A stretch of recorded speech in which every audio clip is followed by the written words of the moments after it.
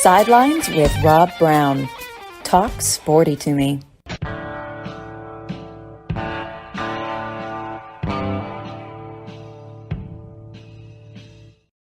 All right, Rob Browne here with you on this Thursday morning. Man, I know Will McDonald, my great friend over in Memphis, told me yesterday via text, Browne, it's hot outside. I'm like, woo, it's hot. Boy, is it hot. Damn, it's hot. Well, it's August. It's the Mississippi Delta. It's the South. It's going to be hot, Will. But my suggestion to you is drink plenty of fluids and stay in the shade. Also want to give a shout out to my friend Teddy Hughes, great American down in Alberta, Orange Beach, Baldwin County, Mobile County. Ted Hughes Real Estate Group, the Hughes Group, Ted Hughes Broker. Give him a call on his cell, 251-979-5663. Email Ted at tedhughesgroup.com. Ted Hughes Real Estate Group, 110 West Section Avenue, Suite 107, Foley, Alabama, 36535. And tedhughesregroup.com. Doing all kinds of commercial work down there. Ton of growth on the Gulf Coast down there in Baldwin and Mobile County. Went fishing with Ted last weekend. Known him a long time anyway. Alabama grad, great guy from Birmingham. I think he went to Thompson there in Alabaster, though. In Mountain Brook, but loves his Alabama Crimson Tide, listens to the show. He's probably been up for 2 hours already this morning, Dudley, and lives in a great area on the north side of Wolf Bay down there, Orange Beach, Alabama. I'm already just getting relaxed thinking about it. We had a great time last weekend with him on the Spring River. Again, caught 209 rainbow trout. Says didn't catch any browns, but Teddy caught a big one about 5 years ago at Dam 3. It's the Helen Keller method, and Boyd Wade will be on with us again next Wednesday talking about trout fishing. So easy. Even Helen Keller could catch fish on the Spring River, as well as Jethro Bodine. So easy, even Jethro can do it if you do it the right way. It takes patience. Hey, we're here 6 days a week, 25 shows a month. We ardently revere free speech, and only truth brokers are allowed. No Kool-Aid drinkers. No toe in the party line. If someone asks you a question, does the dress make me look fat? Does this shirt make me look stupid? Tell them the truth. You're doing them a favor because you shrinking to make other people around you feel less insecure is a damn disservice to everybody around you. Don't ever forget to tell the truth. And we're going to be with Dudley Dawson, hogville.net here in just a moment. We'll also be joined in the second segment by Jordan Hill, 24/7 Sports on the Georgia Bulldogs. He is always there covering the Dogs for us. And I don't think it was a real surprise when they announced that Carson Beck will be the quarterback. He's been there, as Kirby Smart said, I think 3 seasons? Even the coach doesn't know how long he's been there. You got some guys been hiding out there 6 or 7 years, think he's going to be a good quarterback. Hour number 2. Matt Dean, Coach Dean over at Rhodes College in Memphis, joins us for part of the AD angle. John Hartwell, AD at ULM, has an interview this morning, and he will be tied up doing that. I guess he's talking to a coach or somebody to hire there at ULM, unable to join us today. So Big Ben Troop, ESPN Coastal, will check in hour number 2. Follow us on Twitter at sidelines_live. And, hey, you want to Venmo us? Keep the lights on. Keep the show growing. We got numbers yesterday. I am blown away. Thank you all for listening. Tell your friends, your neighbors, your rivals. Tremendous growth on this show. And we're growing, but it takes money to make it happen. At Rob-Brown-4. That's the Venmo. Or you can hit Patreon button. But every little bit helps. As my wife Mildred says, got to keep the lights on. And what's what makes the grass grow. Dudley, man, I saw this press conference with 3 of the Razorback players, and I saw Patrick Kudus on there, and his uncle Chris Saxon's listening right now down in Fairhope. But you have several, Jaheim Singletary, and was it John Morgan? But yeah. These guys they're impressive. And Patrick just turned. I've had so many people going, how old is that kid? I'm like, I think he just turned 19. But he's a big boy. He didn't miss a meal. And he ain't just big, he's athletic. But I like the chemistry of this Razorback team. And the one thing, you're around them all the time. These kids love playing for Sam Pittman up on the hill. Jim Cherry, Michael Sagg, Robert Hill. Robert probably out on a tractor this morning. But got a chemistry up there. And I'm seeing so many players that the Razorbacks, Dudley, are recruiting, and they're getting in with some really, really good players. You've got a hell of a staff. Sam Pittman's got deep roots in Georgia. And he goes and pulls the defensive back, Jaheim Singletary, off of the defending national champion Razorback a Georgia football team to the Razorbacks. I mean, you're living right when you can do that. And I don't think people get the Arkansas fans. If you're not familiar with Marcus Woodson, he's going to be coaching defensive backs for you. He's been at Fresno State, Memphis, Auburn, Florida State. Now he's at Arkansas. Not only is he an elite recruiter, but he is one of the better defensive back coaches in all of college football. He develops players. He doesn't just bring the groceries home and leave them out on the counter for a week. He develops them. Again, you can have Uncle Charlie from My Three Sons at home cooking in the kitchen. Or you can have Chef Roger Watson. You can have Gordon Ramsay. Okay. Who do you want? But that's what you got to have.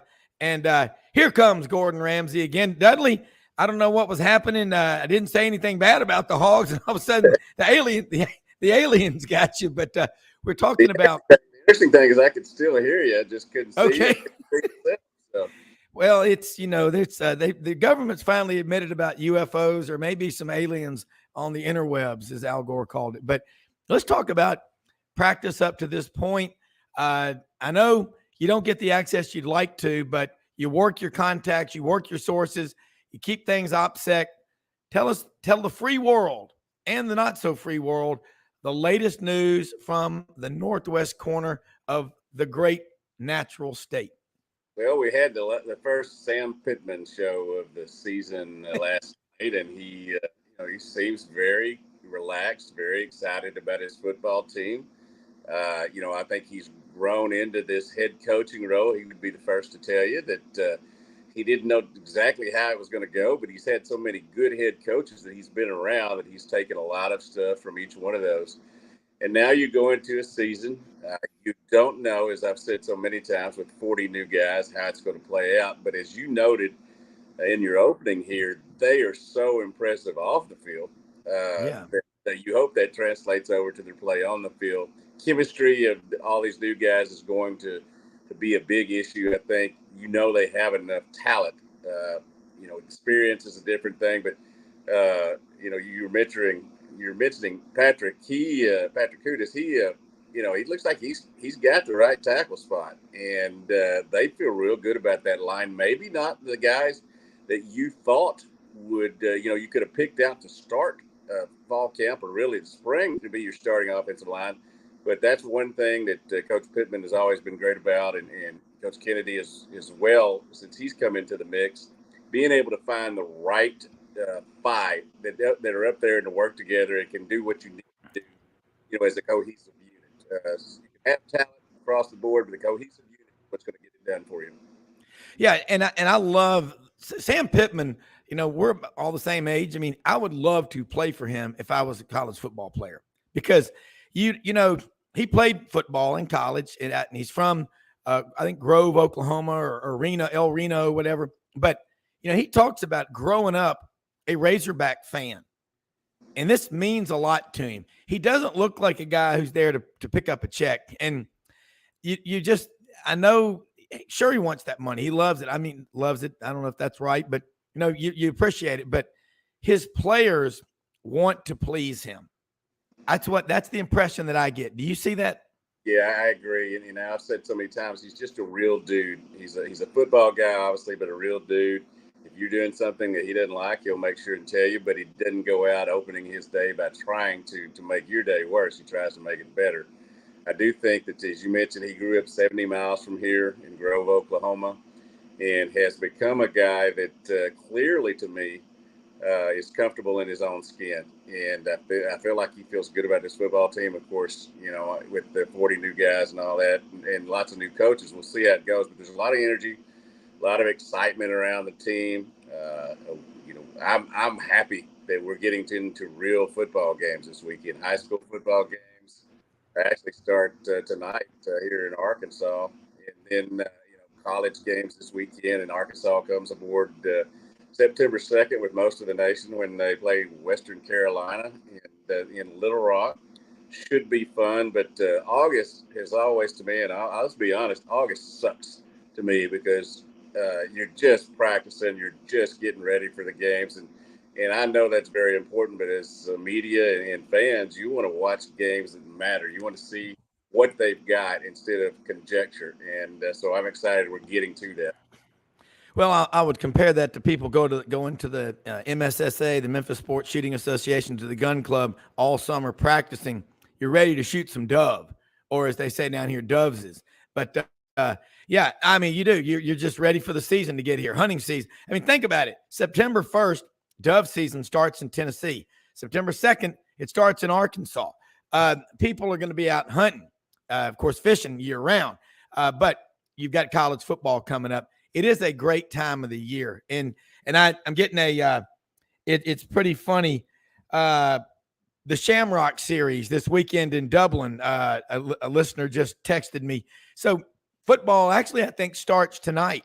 Maybe South Dakota State or something. Damn it, I'll watch it. I've spent a lot of time hunting up in South Dakota. They love it. I'm gonna tell you, I had some of the wildest conversations when I first started hunting in the late 90s up in Mount Ayr, Iowa, about 35 miles below Des Moines. And Jake was our guide, and we stayed in the Oddfellows Lodge in downtown Mount Ayr. The whole county didn't have 6,500 people. And those people up there were so into college football, they knew all about the SEC. I mean, they knew who Larry Munson was, Paul Eels, Jim Fife, Eli Gold. Oh my God. I was like, how do you, they said, man, we're in the Midwest. We're your kindred spirits. We just talk funny. I said, yeah, you do. Because I don't think I have an accent. Neither does Dudley. But damn, they love, and those people in South Dakota, they're off the charts in love with college football. And you know what you don't see up there in Chamberlain and Kimball are a lot of brick houses. They're made out of vinyl. And you know what color they are? Purple and gold and white. Minnesota Vikings. I mean, they love their football. I mean, Dudley, you've been blessed to travel all over the country covering the Razorbacks. Awesome career. It's still February 12th, 1984, when your best friend, who just recently passed away, and rest in peace, Charles Valentine, February 12th, 1984, one of the greatest moments in Razorback history, all sports included, men's, women's, and everything else.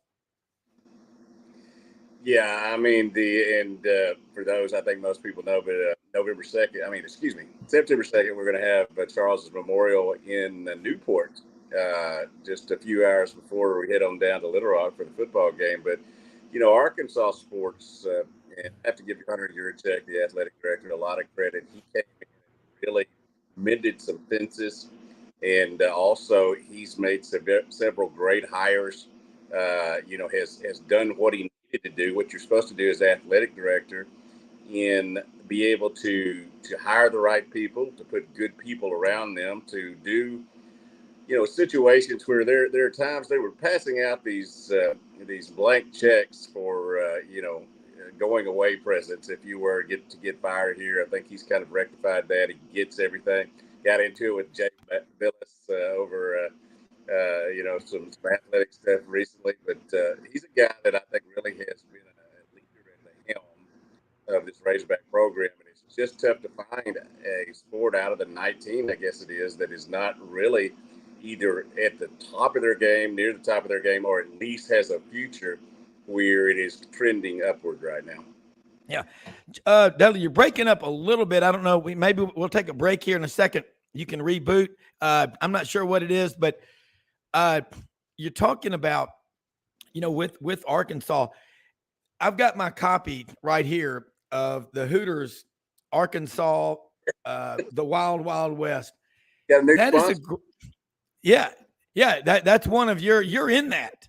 I mean, you write in that, and it's got a great section on the high school. I mean, it's got 15, 20 pictures of these kids, and think about these high school kids, how big a deal that is, and it's available everywhere where you can buy anything in Arkansas.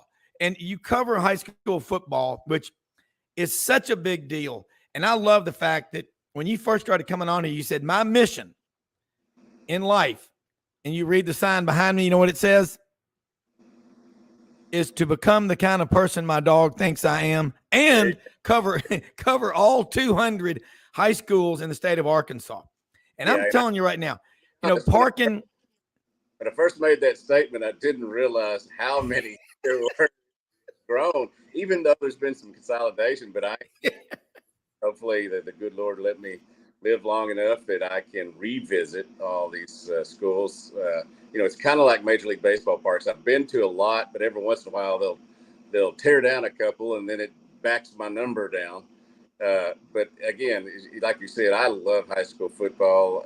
It's just so fun and educational. I like the way the total community turns out in a lot of these places, and it's a culture here in Arkansas and so many other states that on a Friday night, where you're going to be.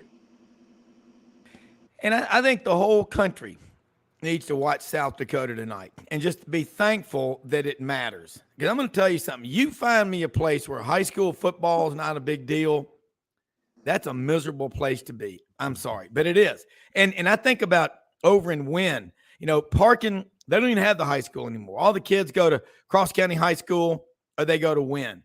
And we're in Wynn a lot, 4 days a week, 5 days. The stadium, the high school, just gone.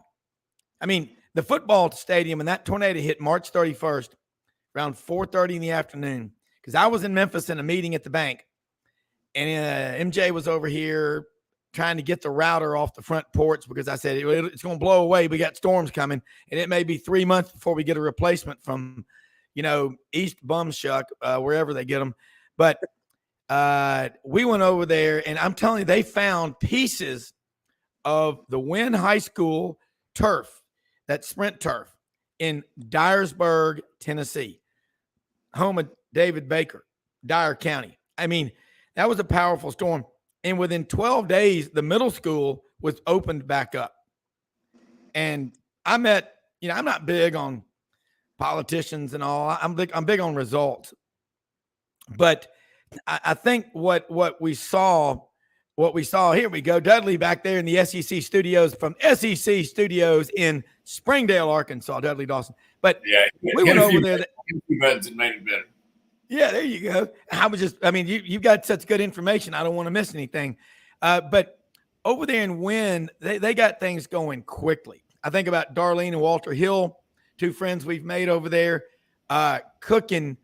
And unbelievable volunteer spirit. Tennessee's a volunteer state. You got to come up with a new name for Arkansas. And I saw it in action. And y'all got a lieutenant governor. We met her, Leslie Rutledge. And I think her husband, they have a farm over near Memphis. They were boots on the ground. And that's Sheriff David West over in Cross County. Awesome man. And, the county judge, Lynn Blake. His mother lives across the street from us over here. Great state. And high school football. So I'm wondering, what's Wynn going to do? Where are they going to play? And other areas in that Little Rock area. People, if you've got resources and you want to help people, Dudley, tell them how they can do it, because you take away high school football on top of what happened during the virus, draconian lockdowns. A lot of kids just went home and didn't see their friends again. We need to be making sure we get the money to the right people, not the grifters, but the right people. Do you have any way of getting the word out, or can you find out how they can help win and all those schools around Little Rock that got hit March 31st? Yeah, I think there are a lot of people continuing still to work on that. Obviously, we fully know that sports can be a kind of a trial for life. When you're out there, whether it's on a football field, a basketball court, or whatever, in high school, junior high, whatever, you're learning to work as a team. That becomes a thing in situations like this, like you were talking about with Wynn and Central Arkansas and Conway and those others that have suffered over the years. And again, as I talk about it, I think the togetherness of a community that rounds around a sports team, is a feeling that makes you feel, for lack of a better way, proud. And I've been fortunate to live in Northeast Arkansas, in Northwest Arkansas, seen the people in both places. Everybody in Arkansas, has done a great job when we've had these, things set us back and all that. But I have, witnessed firsthand, having lived over there in Tornado Alley or whatever they called it, what happens, when you're growing up. And you really learn about a person when their fellow man is suffering. Do they go about their business or do they try to lift a hand? And I think you've certainly seen that in the case of Wynn and in the Little Rock area, and most recently. And obviously, the two best things that you can do to me is put money into education and put money into sports. Yeah, and it absolutely is. In high school football, and in Wynn, like this is the Chad House is one of our sponsors. Love this guy. He's family business, 78 years old, from Cherry Valley, right in the heart of the Delta, and they're all over the world. The better roller, the pulverizer, the better chopper. They make the aerators for the catfish farms. If you like catfish, I'm willing to bet you a sack full of crystals that, ECS House Industries is involved in that. And Chad is point man here with the county, working with the Chamber of Commerce and bringing in business. But it's been a wild ride when you look around here. And remember, Earl got hit 15 years ago, 15 or 20 minutes after they let the shift off there, Earl Industries, right there on 64. Unbelievable. But high school football pulls people together, Dudley. And, where is the high school we talked about? Like your top 10 players, the Hogs are stacking them up. I know Walker White is committed to Auburn, but other than that, who's going to escape the state of Arkansas with Sam Pittman? And I'm already seeing, with Travis Williams and Marcus Woodson and, Scott Fountain, guys that I've seen at Auburn and other schools, it's working. And you throw in Sam Pittman to close the deal, it's kind of like Marlon Brando. Make you an offer you can't refuse. Trout fishing, kayaking, elk hunting, deer hunting, the best duck hunting in the world. I don't know how you can say no. I mean, how can you say no if you're an outlaw? I was in the room with him there. I mean, it was just like I was in the room with him. What I would tell you is this staff has an excellent recruiting footprint. The new guys have brought in some energy. The guys who have been here have done a good job in recruiting, or they wouldn't be here. As we've seen, Coach Pittman will waive you if need be, if you're not getting it down on the recruiting trail.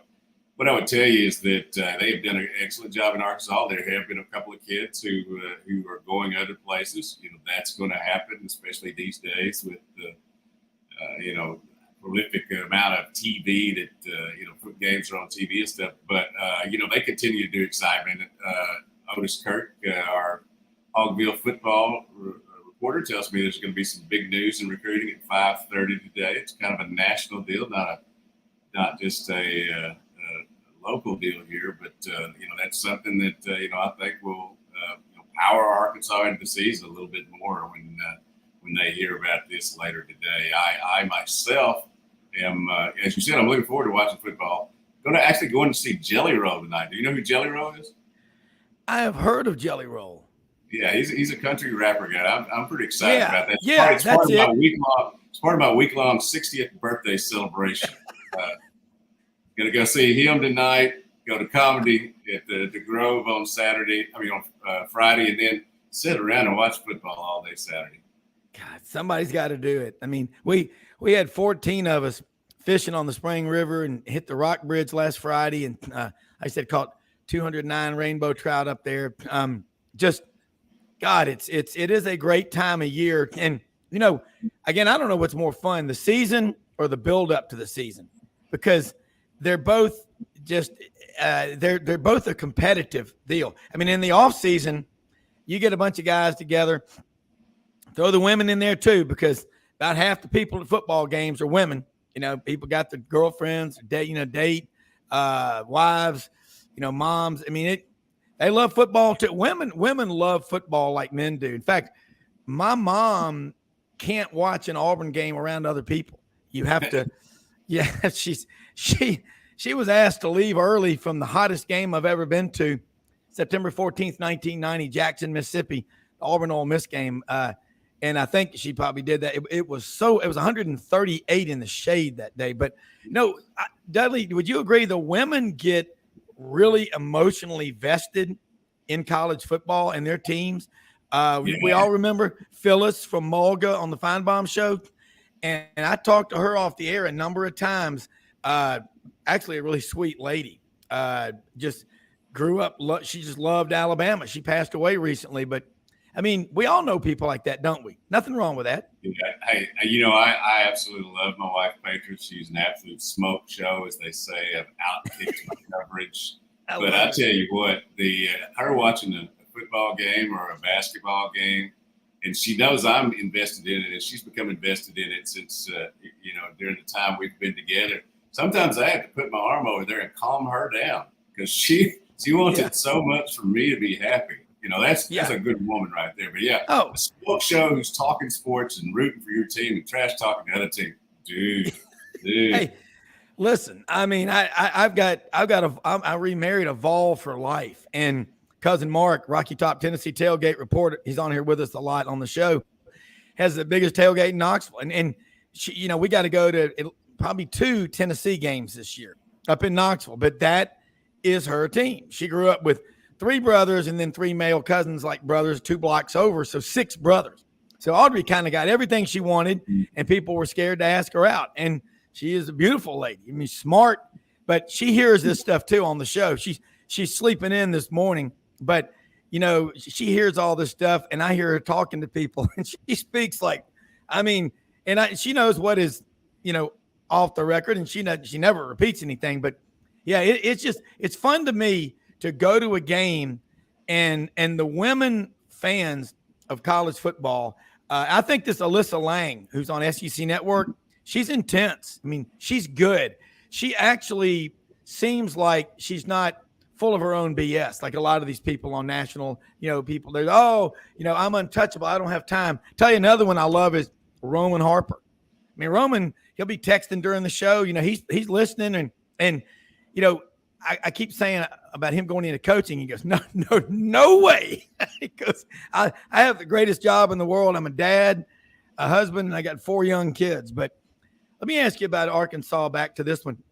Facilities wise, and the investment from NIL, we know the big names in Arkansas, but is there a populist movement for NIL collective at Arkansas? Like, say, thousands of people giving $50 or $100 a year? Are they working on something like that?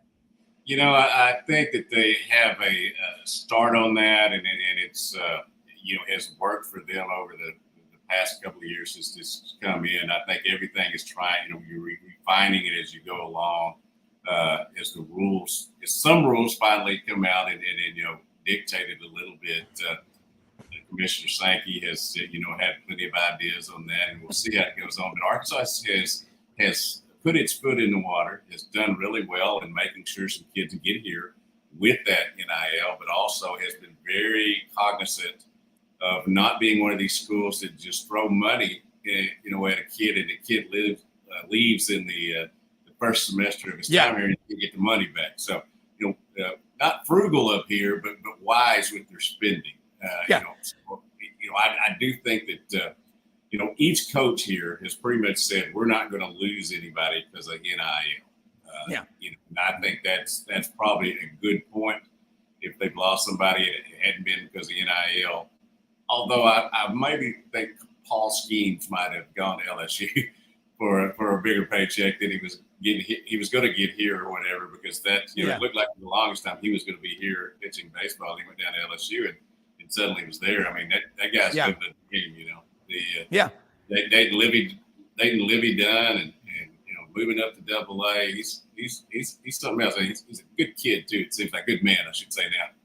Yeah. I know. I say the same thing. Yeah, but you're right. Hey, hang on with us, and we're going to take a quick break. And I want you to, when we come back, Jordan Hill, 24/7 Sports over in Athens, covers Georgia. It's going to be on with us. Gary Harris, normally on Thursdays, out this week. I think they're having some sort of a press briefing in Tuscaloosa, but we're going to come back from the break. But let me say this about one of our sponsors, Rumble Boxing Gym, 1835 Union Avenue in Midtown Memphis, right at Union and McLean, across from the Walgreens, the fire station and all there, and Camp Lee, the first 3 locations. This is an awesome gym, rumbleboxinggym.com. 48 people in these classes with elite instructors. Half the room will be doing dumbbells, star jacks, burpees, planks, push-ups, dips, all kind of plyometric work. Then you switch and you hit the 250-pound teardrop boxing. It is intense. Great workout. It is an awesome workout. Open every day of the week. Classes start at 5:30 in the morning. rumbleboxinggym.com. Check them out on our website at sidelines.live. Also discounts for students. Let's take a quick break. We're going to be right back. I see Jordan there in the green room getting ready to come out here with Dudley Dawson and me in 1 minute.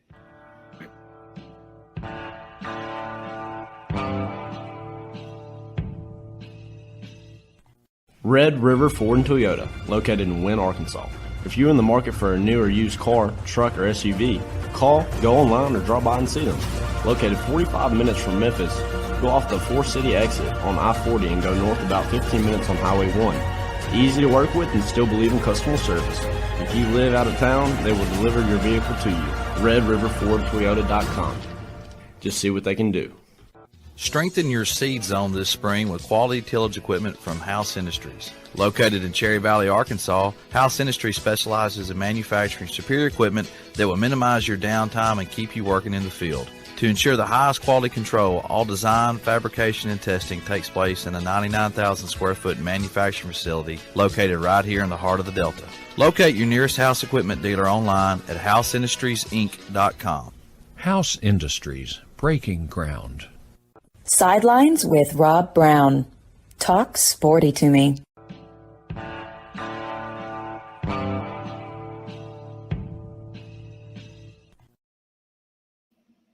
All right, Rob Browne back here with you, bringing Jordan Hill, 24/7 Sports, covers Georgia. Jordan, it's Dudley Dawson, hogville.net on here with us, and Hollywood Squares. I got to ask you, I every time I see this guy's name, and he's on the preseason All-SEC team as a wide receiver, I think of Liam Neeson in the movie Taken, and he should never let his daughter go to Paris alone ever again. But I have a particular set of skills. You don't know me, but I will find you, and I will use them. When I think of Lad McConkey, I think he's from Belfast or, Clifton or Galway Bay, Ireland, but he's from Chatsworth, Georgia, which sounds, like a prep school, like, I went to Chatsworth before I went to UVA and lived on the lawn. But Jordan, welcome aboard, and a lot of dogs, even with 25 guys drafted the last 2 years, still a lot of DGDs, damn good dogs on that football team. God only knows how many free agents have signed as well as those 25. But let's talk about Kendall Milton. And no surprise, I guess Carson Beck's your starting quarterback. And he's been in a few games, but not really when the game was in play, I don't think. No. And it's something, Wednesday we had a chance to talk to Carson, and, you could tell it meant a lot to him that he's going to get this opportunity, that he's got a chance to start for the first time. We were sitting in the media room afterwards. Someone counted up the last days since, all the days since his last start, which came as a senior at Mandarin High School in Jacksonville, Florida. And it was in the thousands. It's been a little bit since he started, but He's grinded it out. And, you mentioned Kendall Milton. I think right now this is the biggest question about this team is the running back room. We found out on Wednesday, Branson Robinson tore his patella. He's out for the season. We went to practice later that afternoon. Kendall Milton's not full go. Dejon Edwards, the guy that we kind of thought, he's going to be the lead guy. He wasn't full go. They still have several options, but it's definitely a big question mark with this team right now. They're pretty banged up, particularly at running back. And you think about the grind of a long SEC season and what they're getting ready for. They're at a point right now, early in the year, I think you're going to see at least one walk-on get decent amount of playing time. And he's a guy that's gotten some good reviews from coaches and teammates. His name's Cash Jones. He's out of Texas. Yeah. But they don't have a whole lot of depth right now at running back. And going into a season that is going to be really taxing, it's only going to get worse going forward. It's going to be interesting, since I guess it was in 1988 when Stetson Bennett took over as quarterback. It sure seems like that. 87. I know that it's Sam Pittman's first game. Georgia played 3 quarterbacks up here, and they ended up, obviously winning the game, but it kind of gave Arkansas some hope. But yeah, I never doubt that Kirby Smart and his coaching staff is going to get a quarterback ready. But it is interesting that they've done so well, and there's a question at quarterback. Yeah, and it's one of those things that I think people have in mind. No one was surprised Carson Beck won that job. He played the best at the spring game back in April. He was the backup to Stetson last year. But I do think people understand that this thing isn't over. If he goes out there and struggles, they seem to really like what they have in the other 2 quarterbacks, Brock Vandegrift and Gunnar Stockton. And I always point out, and not that I don't think Carson will do a good job, but you go to 2020, like you mentioned, Dudley, DeJuan Mathis started that game. Everyone thought he was going to be the guy. Did not work out. And then 2021, JT Daniels starts the season as a quarterback. He gets hurt, and Stetson comes in, and the rest is history. So, I think Carson will do a good job. I think he'll put up a lot of yards. I think he'll make a lot of plays. But you have to understand, if he goes out there and struggles, he's not going to get a long leash. They know they got quarterbacks behind him, and if he finds it hard to make plays, they'll probably put one of those other guys in there and see what they're able to do. It's funny. Everybody keeps talking about Georgia's schedule's easy. You just said the word taxing. That's a lot of pressure because now people think Georgia's just going to mow everybody down. Like it's nobody. But in reality, everybody that they play has been pointing to this game. My God, we're playing the back-to-back national champions. I mean, I don't care. You're going to get a full 60 from everybody that you play. Nobody is going to overlook Georgia. I mean, that's what I think people need to. I mean, competitors know that, don't they, Jordan? For sure, and I think it would maybe be a different situation if, let's say, the schedule was flip-flopped with last year's when you had Stetson Bennett coming back. I think then you kind of go, okay, man, this seems pretty easy with a veteran quarterback, but you got a guy that, Rob, we've been on here, and I've talked about it before. I mean, that Auburn game at Auburn, I don't think people should sleep on that and say, Georgia's going to win that one by, 4 touchdowns. Like, that's going to be the loudest road environment that Carson Beck has ever played in. And, I've seen weird things. I covered Auburn for a couple of years. I've seen some weird things happen in Jordan-Hare. I'm sure you have too, Rob. I mean, yes. It's one of those things when you have a new starting quarterback, Georgia's got all that talent. There's no denying that, but you can't really string up and just write a bunch of W's on the schedule and say, see y'all in December. I mean, you got a guy that's going through this for the first time. And like we were just talking about, they're not going to be able to rely on 5-star running backs, 4-star running backs right now. They're all beat up. And so I think Georgia is in a good position. I've got them going undefeated in the regular season.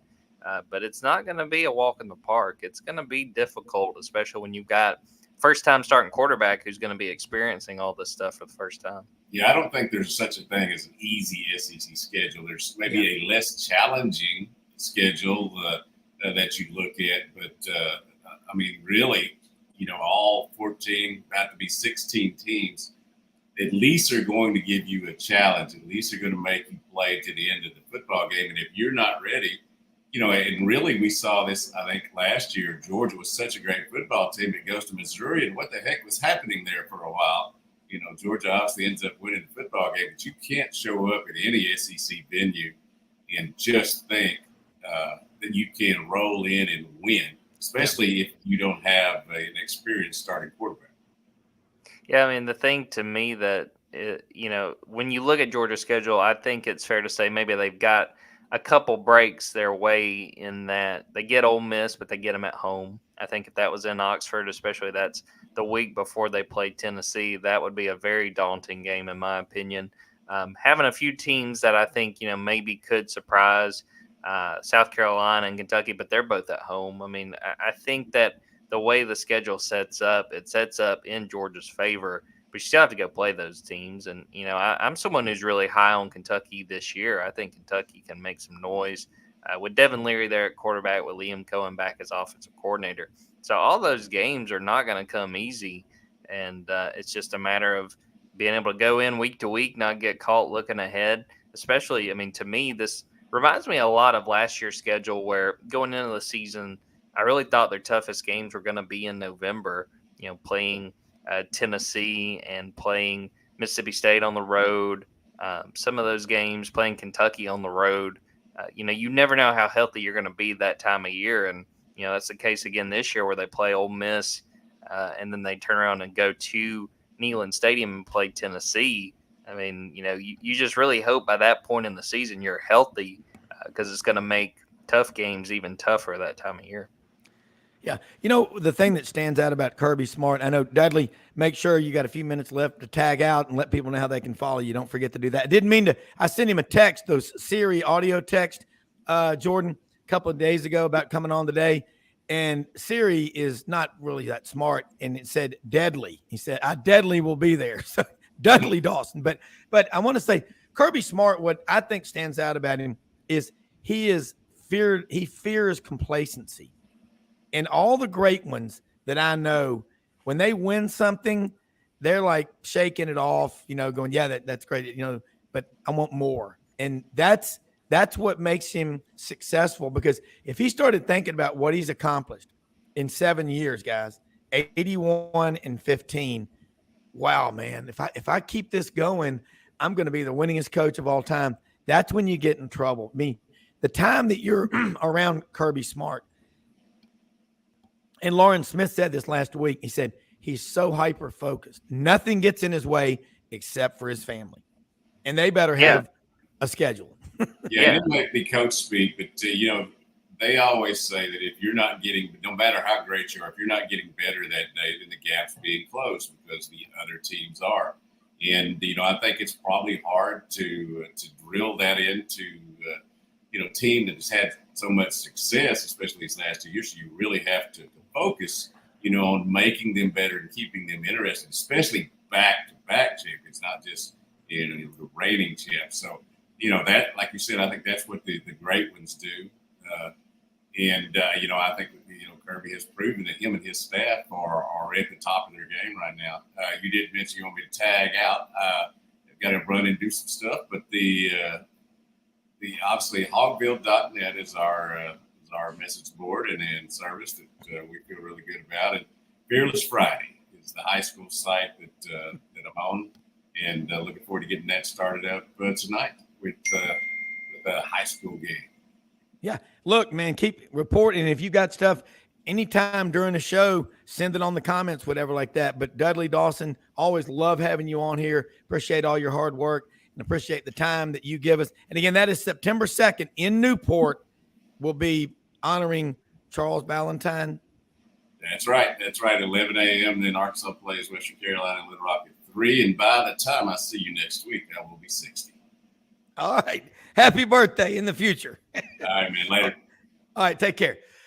Jordan, again, you're there every day between the Oconee River and the railroad tracks, where that campus covering Georgia.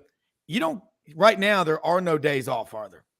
No, I mean, we're 9 days away from the first game for Georgia, and it's all on. And it's one of those things, there's plenty to still write about. I think I'm going to have about 4 or 5 stories up on the site today dogs247.com. But I'm still also at the point where it's like, let's get the season underway. You know, all the preseason talk, you can only go so far with it. And when you know it's this close, I mean, just a little less than 2 weeks to go, the excitement's there. I know it's the same for the fans. You know, that we want to get to these games and to see them finally get underway. Well, 216 hours away, if anybody's keeping track, and I am, and you know, we ever noticed, Jordan, and again, I'm like you. We've broken down all these players and positions and everything like that. Now it's getting into the mental part of it. But you ever notice when you get to the games, there are two things that always stand. You're down on field level and you're going, good God, this team that we're playing, these guys are all Division I athletes. They all got a scholarship. You know, they're walk-ons, but most of them are scholarship players. They want to win. Those coaches, they want to win. They didn't come here just to be, you know, like the folks they brought out in the Coliseum in Rome. I mean, you know, it's not like that. And that's why if you don't show up ready to fight and you get punched early, it's not what happens to you in life. How many times do you hear this? It's how you respond. The guys that are there at Georgia, when Kirby Smart said, Carson's been here, what, 3 seasons. Wow. He's a product of what we are. That right there tells you guys are willing to hang in there. So not every player, when the wind blows in his face, you know, has a hissy fit and quits. You got a lot of Carson Becks on your team. That makes you really good. That's just my opinion and experience in playing sports, but also in work and in life. Definitely, and I think that that was something that Kirby was asked about, not really with Carson specifically. I mean, they were actually talking about that COVID class, and the majority of those guys are still at Georgia. And, you know, Kirby talked about, you know, basically in a program, you get what you bring in. And, you know, it's about identifying the right guys. And he said, you know, every recruit says, oh, I want to practice hard. He said, but they don't all mean it. You know, I mean, that you can say that until you're out there and it's 95, 100 degrees and you know, Kirby's on the microphone chewing you out, you know, but they get those guys that want to work. And, you know, when we talked to Carson on Wednesday, again, you know, you kind of have to take what he's saying in this situation at face value. But he said, you know, I never really thought about leaving. He said, you know, when you're a freshman, you're a sophomore and it's hard, you are like, man, you know, this is really tough. He said, but there was never really a point that I was like, I'm getting out of here. I'm leaving. And, you know, I think especially at that position, that's just such a rarity now. You know, everybody, if they don't see an immediate path to playing time, or even if they do and they don't get it, which, I mean, Carson seemed when he first got to Georgia, you know, it was like, well, Jake Fromm's about to leave and I got to beat who? DeJuan Mathis and this walk-on named Stetson Bennett. Like, all right, man, I'll be starting, you know, by, you know, in no time. And it just didn't play out that way. But I think that they've got a lot of guys in the program that understand it's not going to happen day one. You know, you're going to have to learn behind guys and earn that playing time. And I thought it was really revealing this week, Amarius Mims, who it's probably going to be a top 10, top 15 pick when we get to the draft next April. You know, he talked about that. He's like, you know, when I came here, you know, he was like a 4-star, 5-star recruit out of the state of Georgia. And, you know, he said, I first got here, I was about 6 deep on the depth chart. He said, you know, they just had so many guys ahead of me. But, you know, he talked about, you know, really valuing every rep, paying attention to the guys around him, those older guys, and learning from them and watching film. He said, you know, I watched the guys around me and saw how they operated. And I think that's a product of where Georgia is right now. They have a ton of guys in the program who take that approach that, you know, I'd love to be playing right now. I'm not. But what can I do while I'm not to get prepared? And they've just done a very good job of evaluating guys who are going to have that approach. And I think that's a big part of the reason why Georgia is where it is right now. Well, let's talk about Amarius Mims. Was a 5-star big time out of Blakely, Georgia, Early County. And like most of these battles, it's Auburn, Georgia, Auburn, Alabama. In the last few years, most of these big time impact players have been going to Georgia or Alabama. So kind of, if you're an Auburn fan, you're thinking that's what we would be it not for our good friends in Athens and Tuscaloosa. That's why those rivalries are so intense. It's like a family business, with three kids. Okay. Everybody's trying to be the top dog. No pun intended. But I look at Georgia, and again, I saw some living brain donor ask a question last year on Twitter one time. Is Georgia considered a blue blood program? I'm like, is the Pope Catholic? Is Mount Everest got snow on top? I mean, is Bigfoot real? Of course he is. But that's what Georgia, that narrative for 41 years, they didn't win a national championship. What were they since 1980? The seventh, eighth winningest program in all of college football? I guess that doesn't matter. And I look, yeah, I'm an Auburn grad in the interest of full disclosure. And I know you lived there for 6 years covering the Tigers. And I mean, but and you're a pro.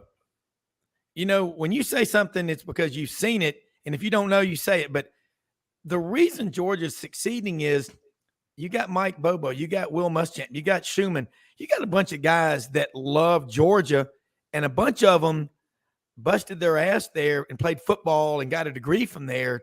You think that stuff doesn't matter? You think they're going to half-ass anything? I don't think so. Yeah, I think it was Mike Bobo said, including like support staff, people behind the scenes, there's something like 26 alums working within the football program. And I do think that matters to those people. And Todd Hartley talked about that, not only in like, hey, if you love Georgia, it'll love you back. And, if you want to come back, it's there. But, he said, we tell recruits, this isn't a 4-year plan. This is a 40-year plan, and you can show all the guys that are working there. And I thought it was funny when Todd was talking. He's like, you guys all know, I mean, people want to come back to Athens. And I'm sitting there shaking my head because I'm one of those people who did what he's talking about. Yeah.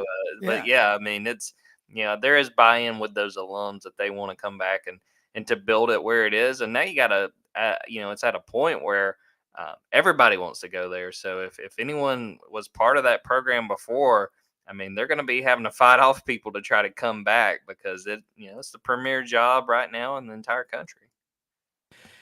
All right, got a couple of questions for you real quick before you go. Got a lot of them actually from some Georgia fans, and one of them is from Jerry Clower in let's see, Thomaston, Georgia, Flint River. Jerry Clower says, and he says, if we go to the 3-6 model for SEC scheduling, who are the 3 permanent rivals you want Georgia to keep? That is from Jerry Clower, Thomaston, Georgia, on the banks of the Flint River. I thought Jerry Clower was from Yazoo City, Mississippi, but I guess that's beside the point. You never know who's coming in on the comment line. But who I would want would be Auburn, Florida, and Tennessee. And I think a big part of that is my own bias. I mean, I always grew up watching Tennessee, Georgia. I got a lot of family from Tennessee, so a lot of Vols fans. But I think that's always been a fun game, and especially in the 2000s, and it sort of swung back. But, for a long time, that decided the East, and that was a big game along with the Florida one. I think Auburn and Florida are locks. The only other team that I think makes sense, as a fan would be South Carolina, and I would be for that. I think Georgia's South Carolina's biggest SEC rival. I think if they go with the 3-6 model, it's going to be Auburn, Florida, and Kentucky, which I don't hate. And there's honestly a lot of history with Georgia, Kentucky. It goes back quite a ways. But I think that's sort of more balance in the schedule and trying to do it that way. All right, another question from a friend of mine, Paul Wickenheiser, Herr Burgermeister, listening out in Reno, Nevada. Used to live in Atlanta. Dog, damn good dog, great friend of mine. Says, hadn't been to Athens in a couple of years. What's the bar scene? Is O'Malley still there when I can sit out on that deck and get liquored up and watch the Oconee River go through those rapids?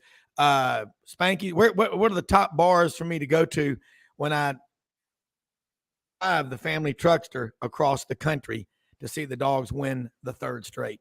Pretty confident there, Herr Burgermeister. I've duck hunted with this guy a lot. I'm telling you, don't lose your barn coat. Well, I'll tell you, I'm settling down, Rob, getting ready to get married. So I haven't been out on the bar scene quite like I did, 6-7 years ago. But I've all, when I was in college, Boar's Head was always the place to go. And probably now Magnolias, go there on Broad Street a good bit. But the thing that people love about Athens, you have no shortage of different bars you can You can wander around, bar hop a little bit on a Saturday night. And I know if I go through there after a game, it is pandemonium. There are people all over the place, and I know there's no shortage of places you can hop in and get you a cold one. Yeah, it's a madhouse down there. All right, look, let's let people know how they can follow you. And as always, want to say thank you so much. We appreciate you taking time to join us. You work your tail off 24/7, literally. I mean, I'm sure you're getting texts all night. I turn my ringer off because you start getting, honestly, almost like a PTSD from ding, ding, ding. There's some of these text threads that I'm on, 150, 200 might pop up in a night. And I'm not some, rock star, but you know what I mean? But thank you so much because you always show up. You never show up for class having not done your homework. Thank you. I appreciate that, Rob. Dogs247.com on Twitter, at Jordan Davis Hill on Twitter, at Dogs247. And yeah, season's almost here, less than 2 weeks away. And all I can say is bring it on. I love it, man. We'll see you next week. Go Dogs. All right. That is Jordan Hill, 24/7 Sports. And I'm going to tell you one thing.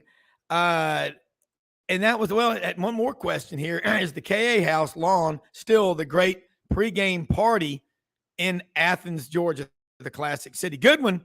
Dave Cody listening out in Bellingham, Washington. All right, let's do this. Ben Troop, ESPN Coastal down in Savannah.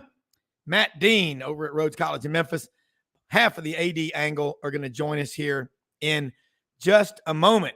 So before we get started with these guys, we got a lot of ground to cover in hour number 2.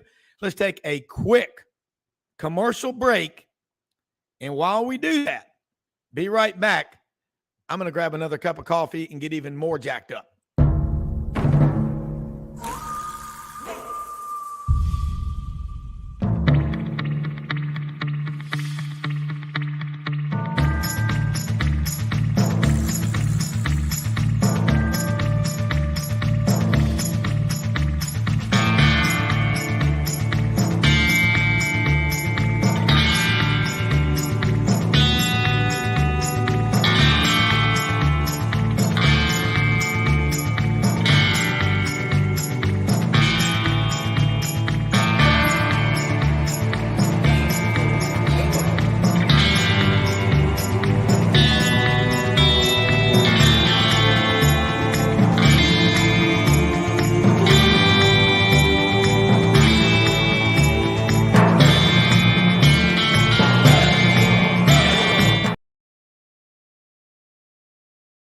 Rob Browne back here with you.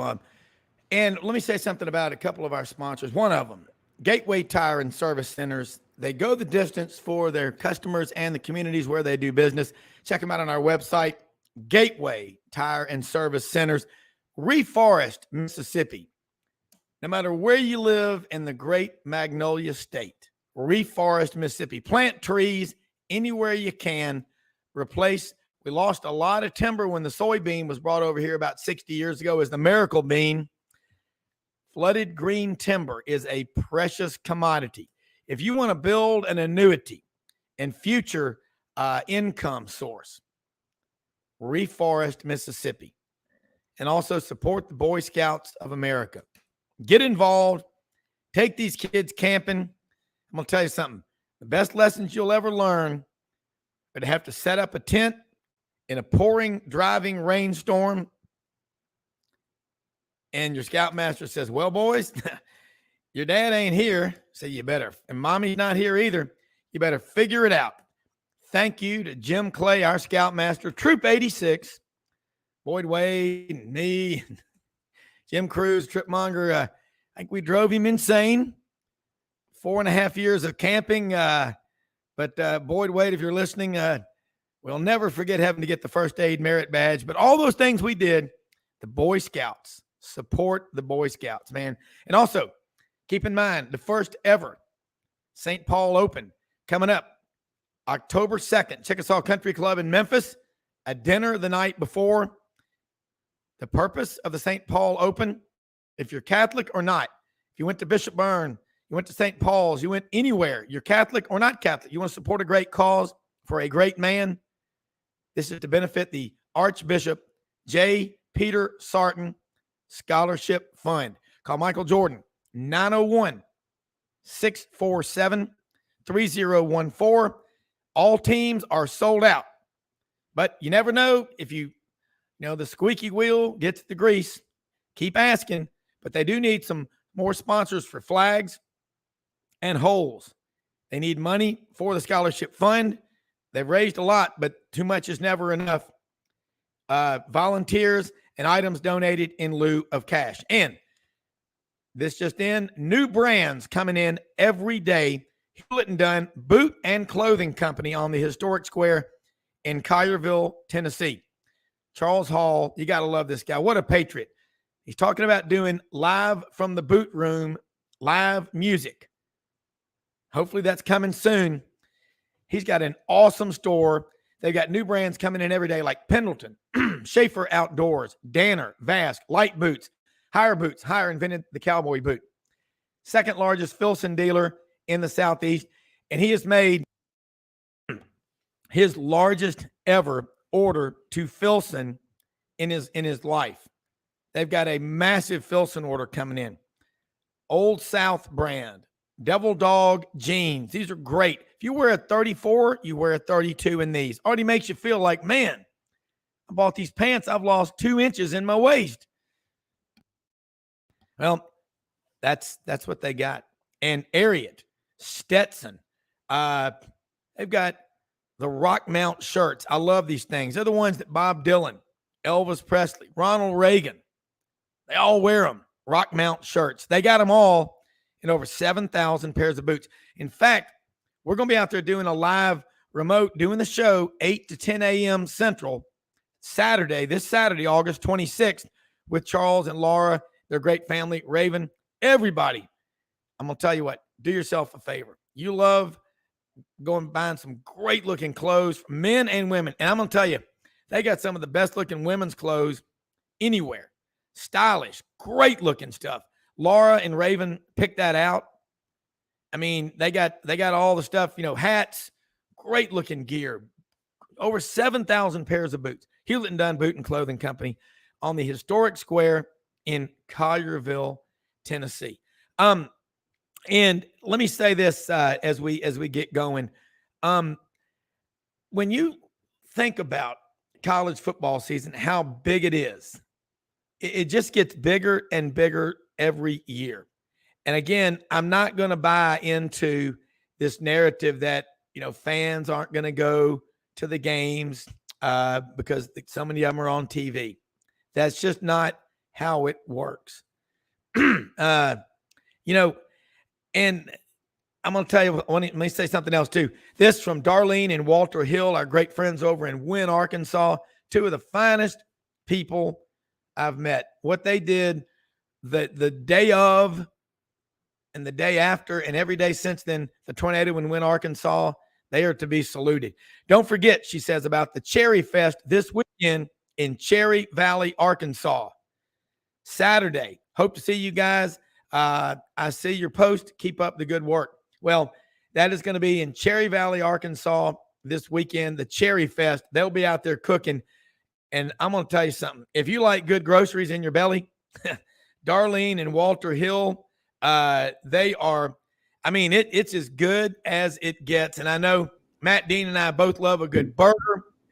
They make these burgers on their flat grill, Blackstone, whatever they use, with the caramelized onions. And Walter has a seasoning that he puts on anything that ever ran, flew, swam, or crawled, and it makes it otherworldly. It's so good.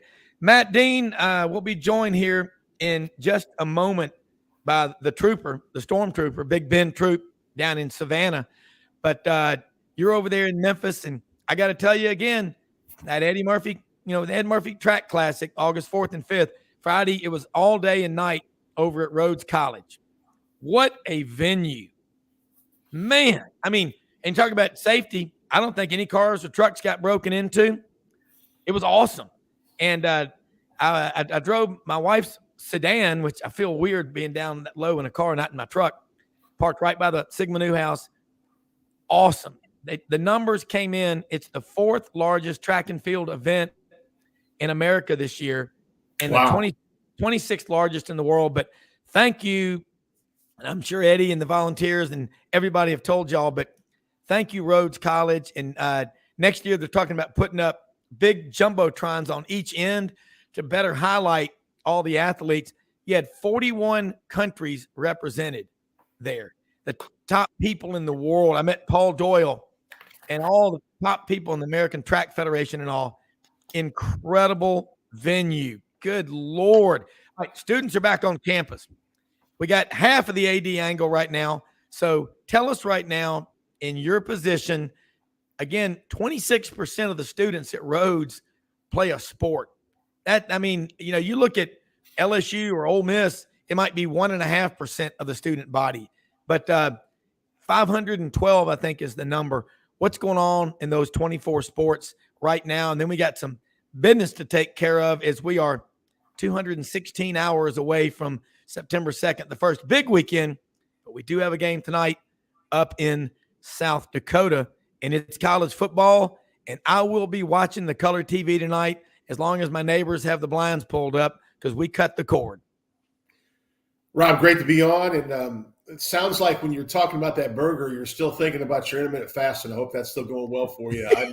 I'm trying to hold off on lunch myself, so you kind of got me going on that burger talk. But you mentioned the 26%, and that's a pretty accurate number. But actually, our president at Convocation last week, this year we brought in 34% of the class. Athletics did, and what happens is, there's probably 5 to 7% of those kids that realize they get here and competition, is the biggest truth serum you can find, so to speak.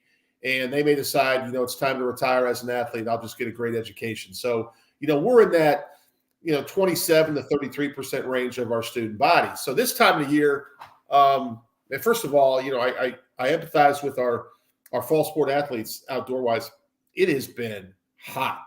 I mean, I can't tell you, we've had the first time in a long time, we've moved some practices under the lights. But I'll tell you, I left the office last night about 8:30, had a student employment meeting. It was still 92 degrees at 8:30 at night, and it was humid as all can get out. It was dark, so the sun wasn't out, but it was thick. So for us right now, we've had some scrimmages. We open up, all of our competitions opens up Labor Day weekend. Our field hockey team opens up our slate on September 1st. Then the rest of our teams are out of town that weekend. We have both men's and women's soccer competing. Our volleyball will be competing, and our football team opens up the 2023 season. Coach Duncan's group goes to Westminster College in Fulton, Missouri, west of St. Louis. And the interesting thing about Westminster College, Rob, is that's Winston Churchill gave us a famous speech on that campus back in the day. And, they still utilize that in their recruiting pitch. But it's going full tilt. And, right now, everybody's talking about the start of football. And you're right. When there's a game on, I want to watch it. So, honestly, Rob, one of the games I'm looking forward to watch, there's 2 games I have on my radar in the next 2 weeks, besides my Oregon Ducks. It's probably, I'm curious, North Carolina, South Carolina, because I really want to see, I think Drake May is going to be the number 1 pick in the draft, and let's see if I'm right or not. He's a great quarterback from North Carolina. And then Florida State, LSU. My God, what a clash early on that we're going to find out one of those teams is going to vault because of that performance into the national ice. Yeah, it is going to be big. And we're going to be looking at him right now, at the big guy himself. And I just need to remind y'all of a couple of things. Ben, sorry about that. I think we sent that link, Mildred. I'll tell you what, I'm going to have to dock her another day's pay. I'm not sure she got it, but does this get you fired up for the start of college football season when you can go to YouTube and find this? Here's the snap. League dropping back, throws underneath. He's got Ben Troop at the 15, at the 10. Hurdles him, spins to the 5. Oh, my. Still on his feet. Still pounding to the goal line. He's going to score. He's going to score. Hey, man. Who is that guy down there? That is my Mr. Huber's moment. Everybody, when you get to Florida, people say, look, man, you better get a Mike Huber moment. You ain't, you haven't really done that much, at Florida. I will say this. as many bad plays as I've had, I appreciate the one good one that I do get remembered for. But I agree with you, man. When it comes to college football, right? It's a different kind of anticipation. Like we love other sports. We love baseball, basketball, and NCAA tournament. But college football is based in memories. When you say, think about this. Rob asked you what games you looking for. You said, I'm looking for outside of my Oregon. I got to mention my Ducks. Just in case an Oregon State fan is listening. That's right. Because to me, college football is the ultimate, Red Sox versus the Yankees. Yeah. You cannot stand them other teams. I respect them.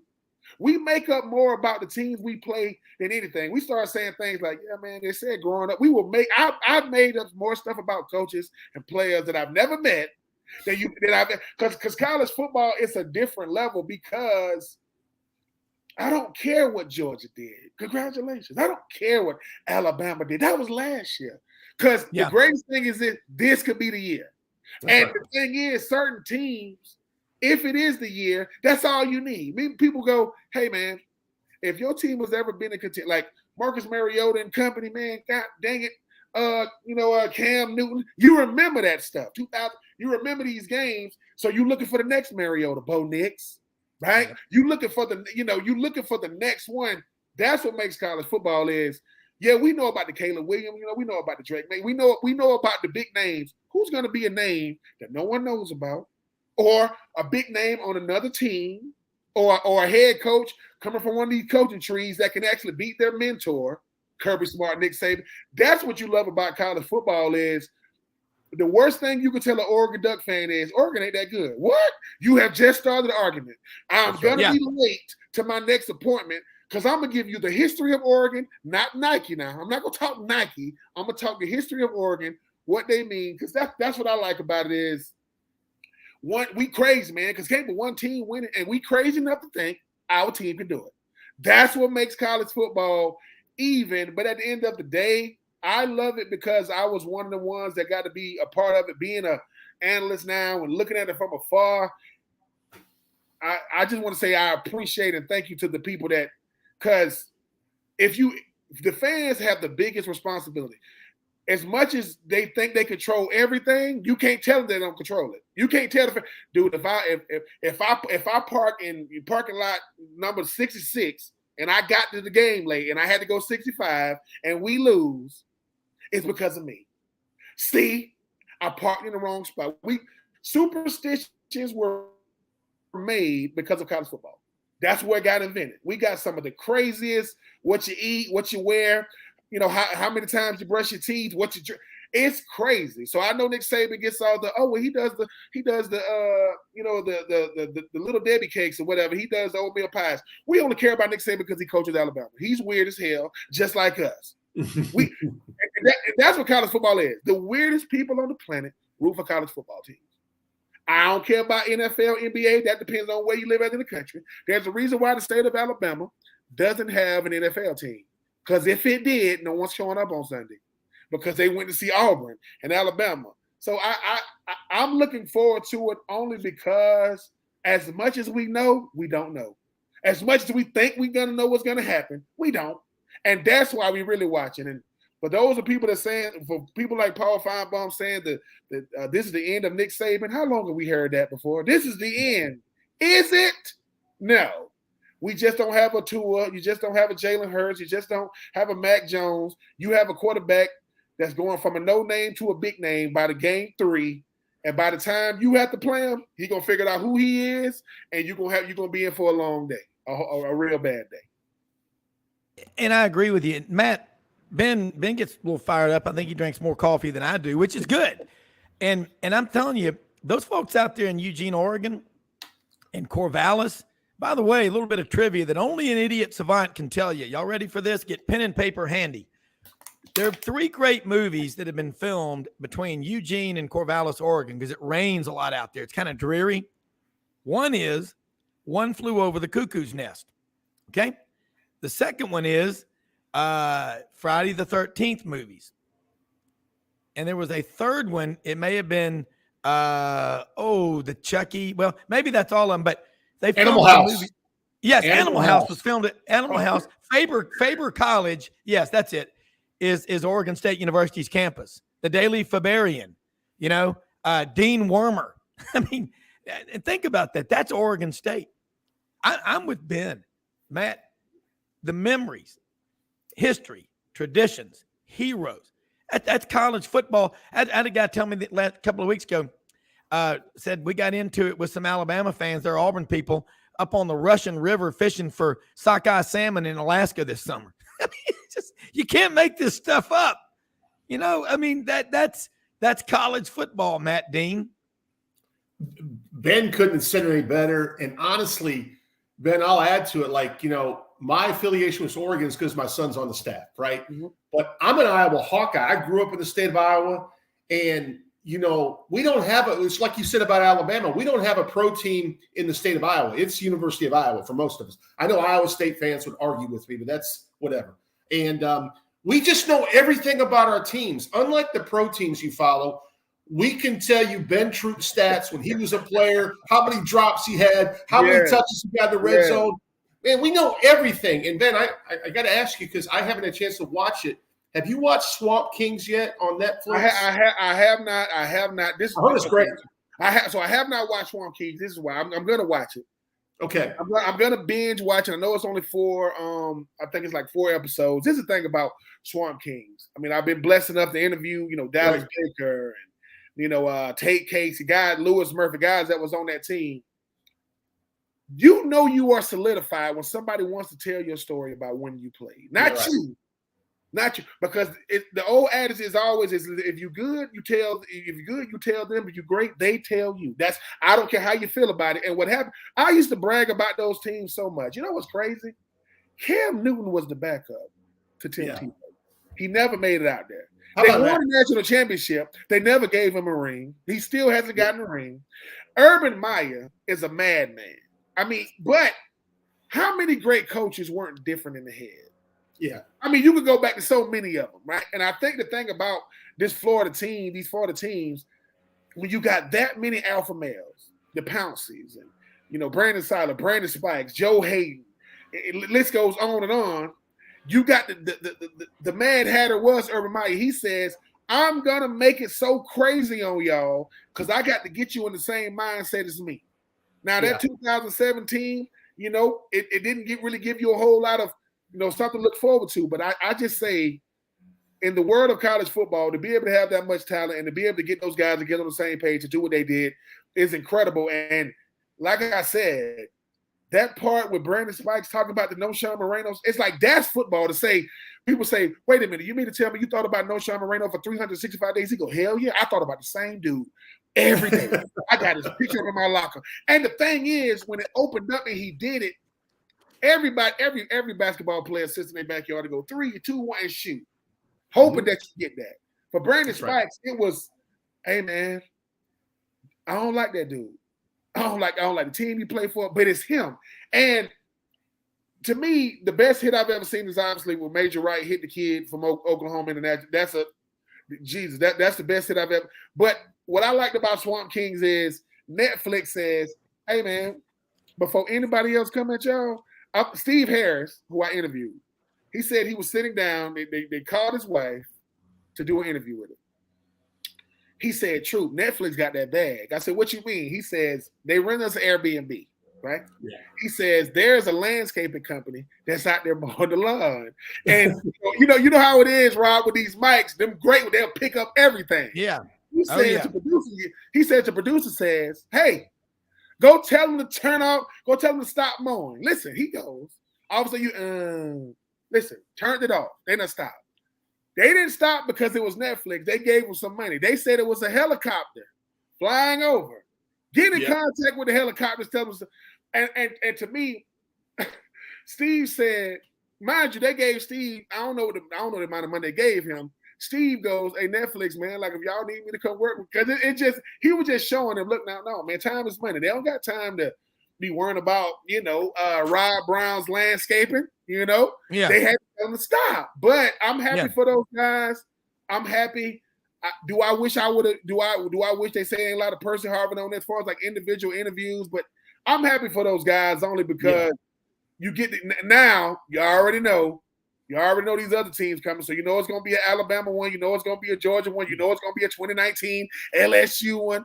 But I'm just happy that them boys get their moment in the sun. And Urban Meyer, say what you want to say about it, man. Good, like him, love him, hate him. He was a hell of a coach in Florida, man.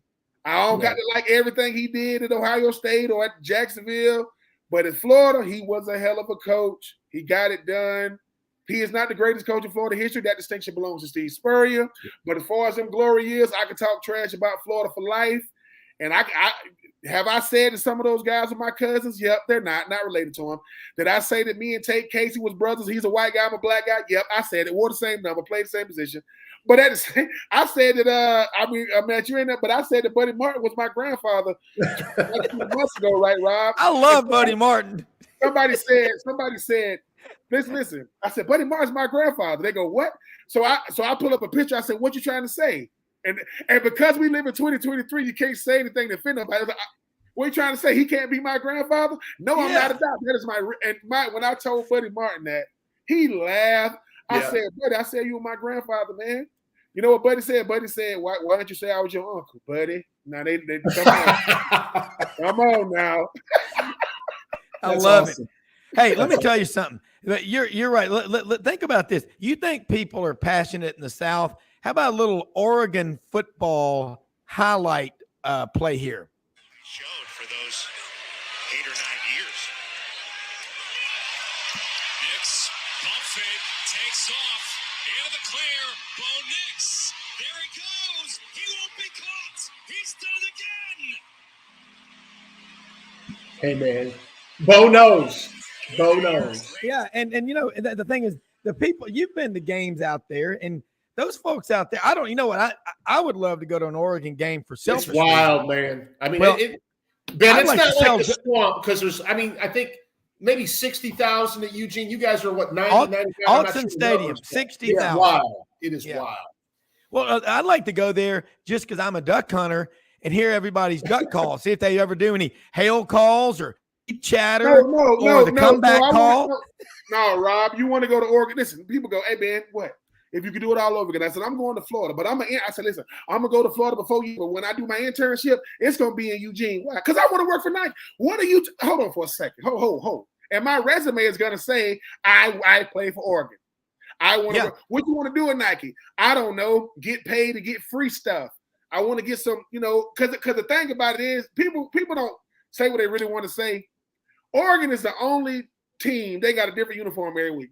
We got a different uni. They got the ones that really look like the duck, like they really look like a duck. That stuff, I said that stuff is beautiful. And I will say this: when it comes to Oregon, when Bo Nix went out there, Dan Lanning knew what he was doing. Dan said, "Listen, man, I know I'm out here, I'm out here in Oregon Duckland. I'm gonna need me somebody who can kind of help me. Come on up." And I said, Bo Nix is going to be good. The only thing about them Oregon got the biggest numbers in California. Them numbers are huge. I mean, the whole jersey, that's the biggest 10 you ever seen. But those dudes, but I love Oregon because Oregon has made themselves nationally relevant for college football. And they do it every single year. And people think you're finna have that Chip Kelly wide open spread off. Listen, I'm rooting for Oregon, man, only because Oregon is the only ones that can dethrone them USC Trojans. They can dethrone them. They can keep them. Hey, Caleb Williams. Hey, Lincoln Riley, with your wife having 24-hour access to the private jet. They can dethrone them. So shout out to them Oregon Ducks, man. I told you, when it comes to me, I'm a fan of college football players first, college football second, Florida third, in that order. Yeah. Hey, Ben, Rob, I got a quick question for Ben. Yeah. You open up, is it your Gators go to Utah this year? Is that correct? Yes. Started out later last year. Now we got to go up there this year. Yes. Quick thoughts on the rematch, because I know it's tough going out. Utah's got a great environment too now. Yeah. I will say this about Utah. If Cam Rising plays, we're gonna have to put a lot of pressure on him, man. We're gonna have to put a lot of pressure on him. I will say this about Utah. they're a dangerous team for Florida because they already have their identity. Florida doesn't have one yet. Anthony Richardson shored up a lot of holes in 2022. When you got a kid like that, but Florida's going to take a running game. Florida got a young defensive coordinator, Coach Armstrong, who's going to dial it up.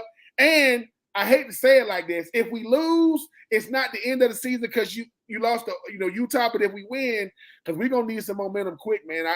I think it's going to be I think our defense can if they can make Utah one-dimensional, I think we got a shot to pull off the upset because Rob Browne last year, full disclosure, I wasn't really watching the end of Florida-Utah last year, and Rob just hit me with a congratulations on the win. I about dropped my phone.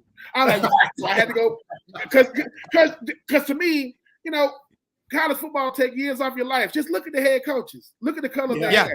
Whatever color it is, it's not going because we're living and dying with every play, watching from the sideline in our TV. Just imagine, because we live and die with every play, first quarter, second long. But hey, at the end of the day, Utah, they're trying to get some get back on us. We'll see what happens. But for Billy Napier, he's gonna have to show some promise game one, because y'all know $7.2 million a year.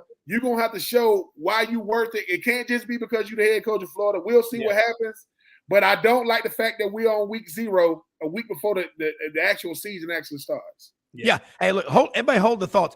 We're going to take a quick commercial break. Before that, I want to say something about RumbleBoxingGym.com, 1835 Union Avenue, Midtown Memphis, right on the corner, Union and McLean, across from Walgreens. Open every day of the week, 5:30 in the morning.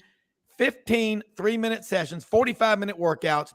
You can put 48 people in the room. Awesome lighting, cool dumbbell work, star jacks, burpees, jumping jacks, dips, planks, push-ups. Then you hit those punching bag, hook, jab, punch. 250-pound teardrops look like giant Hershey Kisses hanging from the ceiling.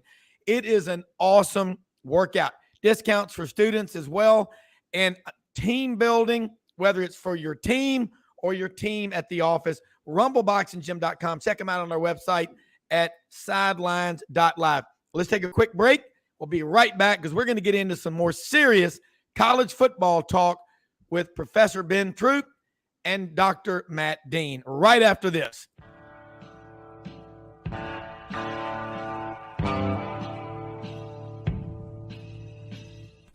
Red River Ford and Toyota, located in Wynne, Arkansas.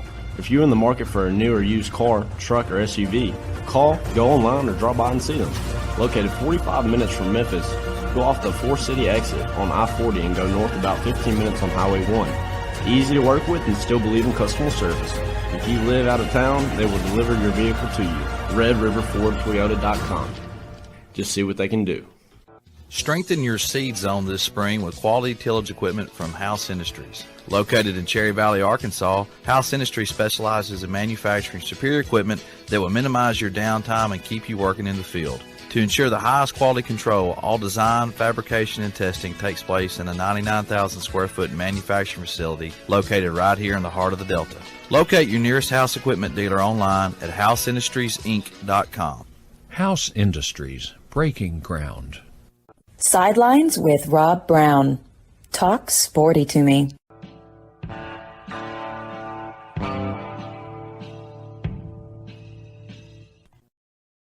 All right, Rob Browne back here with you right now and having a great time. Thank you, as Gomer Powell would say, to great listeners and viewers of Sidelines. Check us out on YouTube. It's youtube.com/@sidelines_live. If you're watching us, great listeners, great supporters like David Aquadro over in a member of the last state championship team at Christian Brothers High School, a true badass, played with Tom Dorian, Scotty Sneed, and some other guys like that. Look, I wanted to just remind y'all, just if you're an Oregon fan and you're listening, Matt and Ben, I love to duck hunt. About 1,400 confirmed. I've got about 1,400 duck hunts under my belt so far. But here's the duck call made by the late Paul Holloway over in Little Dixie, Arkansas, called the Undertaker. His grandson came up with. But now here's a feed chatter. Now, you won't hear that maybe at an Oregon call, but you get more of this. Now I'm about to get the hell knocked out of me, probably from a back of the head sucker punch, because I'm going to wake up my wife who's trying to sleep in this morning, guys. But is that what it's like at an Oregon game, Matt? Can you imagine 60,000 people in the cavernous Outson Stadium in Eugene, Oregon, where they filmed One Flew Over the Cuckoo's Nest, blowing duck calls? That'd be pretty loud. Rob, that first one sounded like an AK-47, brother. I don't know. The second one was more like maybe Donald Duck. That was like rat-tat-tat, rat-tat-tat. That's a feed chat. That's a feed call. You guys may know this, but at the end of the third quarter, they have a tradition. I was at my first Oregon game last year. My wife goes to the Hawaii game here in a few weeks, but they play on the Jumbotron. Was it Otis and the Knights from the song Shout, the video? Otis Day and the Knights. The whole stadium's doing Shout. A little bit louder now, a little bit louder now. And it's wild. It is wild. So those 60,000 plus, they're definitely getting into the game, man. It's a tough environment to win it. And last year, Washington, Michael Penix came in there and won a big game and kind of ended their their playoff hopes. They weren't going to probably beat anyone like Georgia in the Final Four, but they were playing really well at the end of the year last year. They got it up to, I think, 8-1, Ben. And when Bo got hurt late in that Washington game, it took a toll on their last few games. But he still basically on one leg beat Utah last year in a big game to help them get to the before they blew the game against Oregon State. That's all I got to say. See, hold on, Rob. Hold on. You see that at the end? You see what Matt did? Hold on, say, move on. I don't want to talk about it. It hurts. That's it. I used to not understand it, but now I understand. It's almost like listen, me, Matt, Rob. We go to the doctor. The doctor like, what's wrong with you? Like nothing, man. Like this.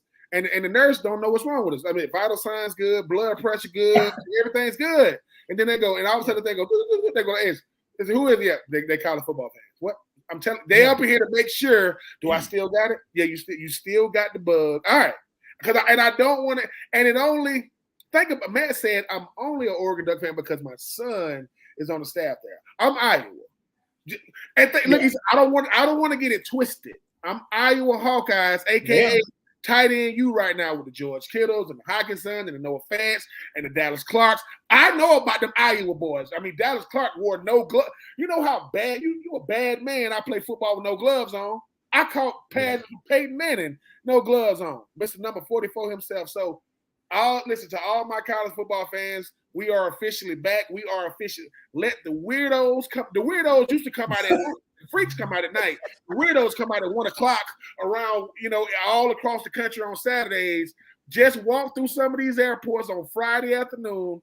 You're going to see some of the weirdest people. Someone say, hey, bro, you don't got to paint your body that color till tomorrow. Nope, I'm getting on the plane just like this, unless I can. But I got to make it through security first. All right, Matt, you just made me think of something. I did go see at the movie pub one time. It was the best deal I've ever seen. They had it in Auburn. For 99 cents, you could go to the movie, and they sold beer and food there, and you'd spend $50. But you got to the movie for night. But I tell you what, Otis Day and the Knights came. You remember this one, guys?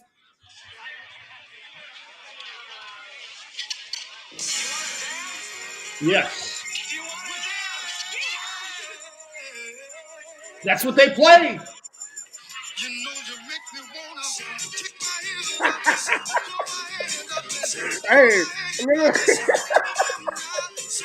Hey, Matt got caught in the supermarket listening to the shout with an organ song on, and one of his Iowa buddies was like, "Hey, bro, what you doing?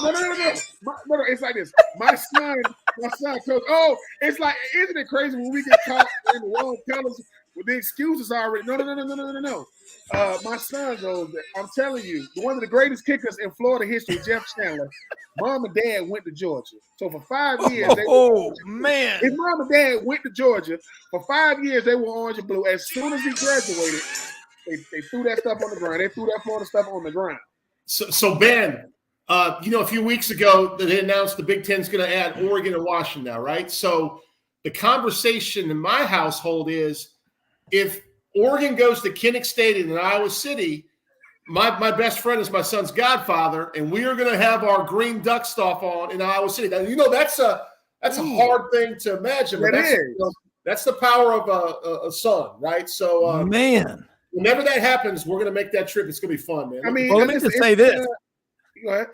I've remarried, and I got the fourth one now with Mallory. She's an Alabama grad. I don't know if I could say I can't say Don't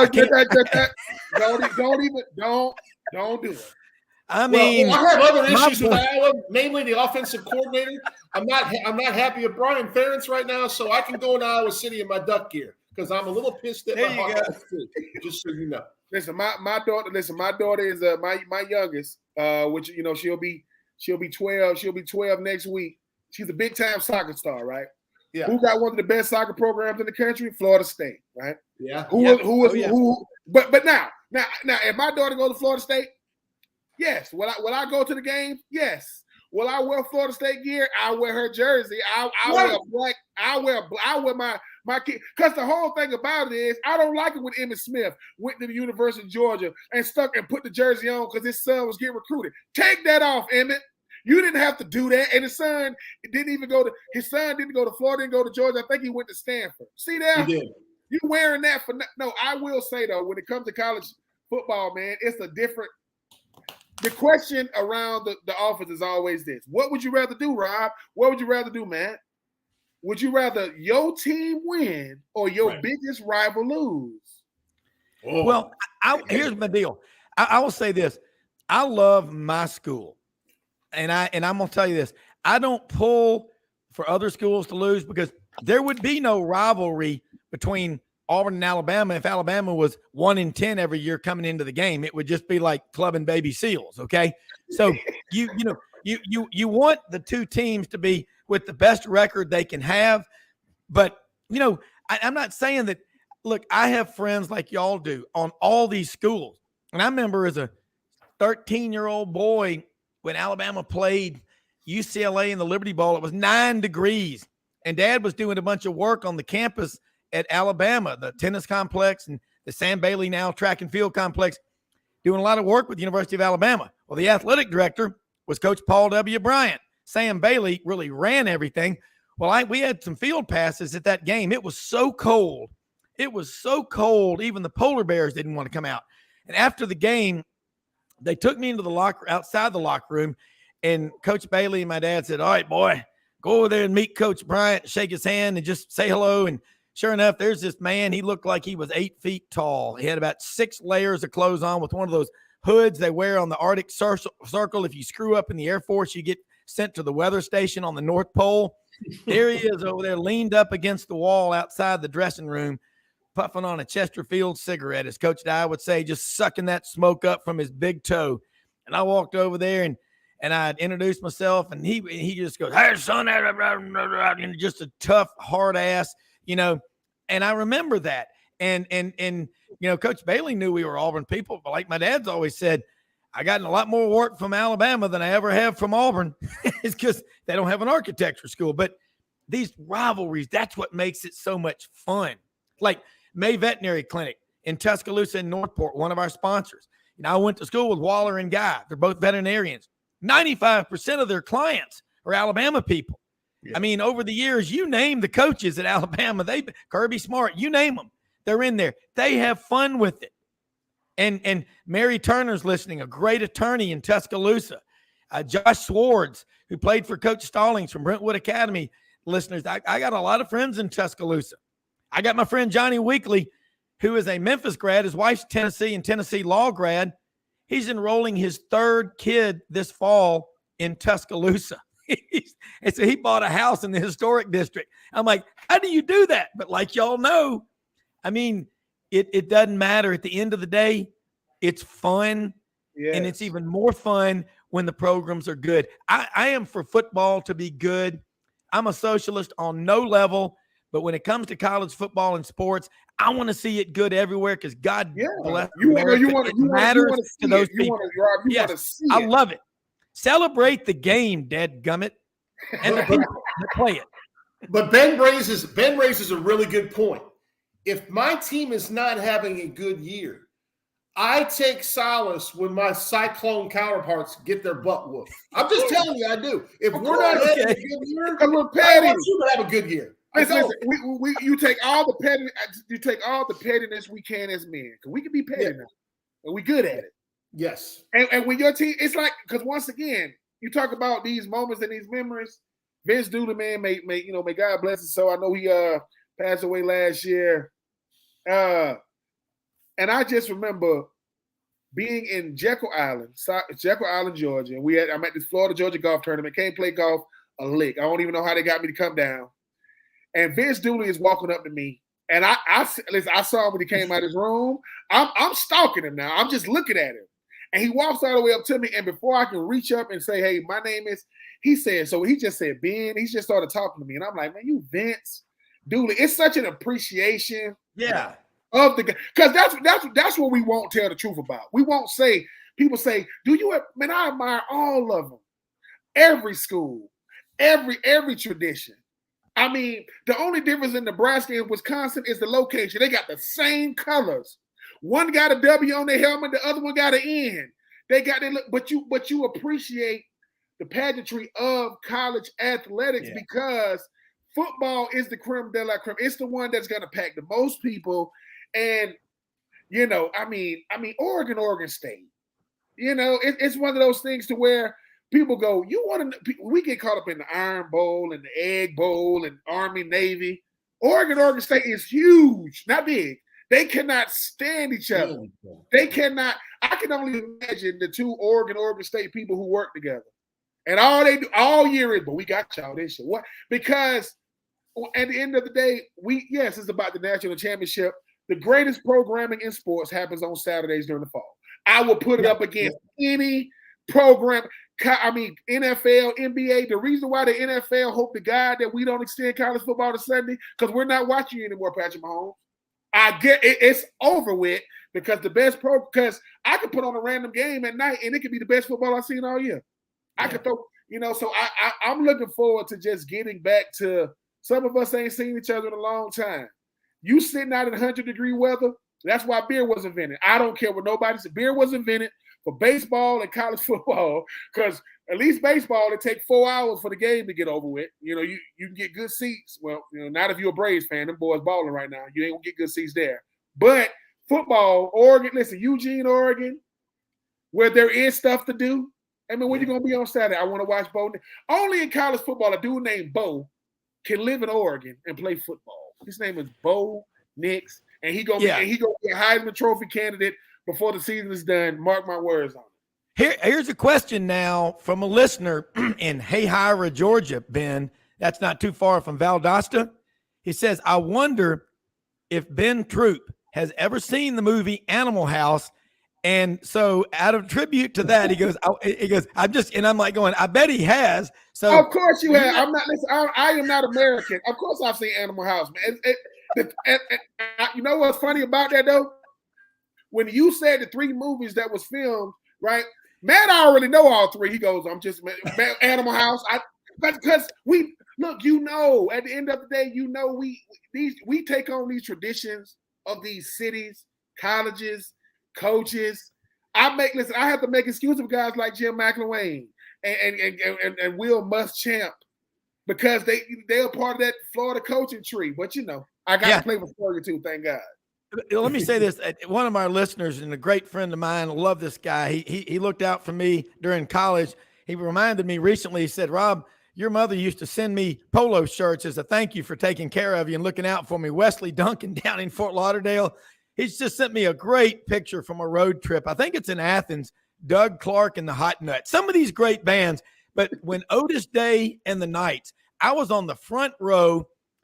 Members of the Delta fraternity had a Roman toga party where guests wore togas and took some liberties with their guests. And he goes, but you remember this? I was at Wesley and I and Chris Mitchell, a bunch of friends, went to the movie pub in Auburn, got up on the front row with Otis Day and the Knights.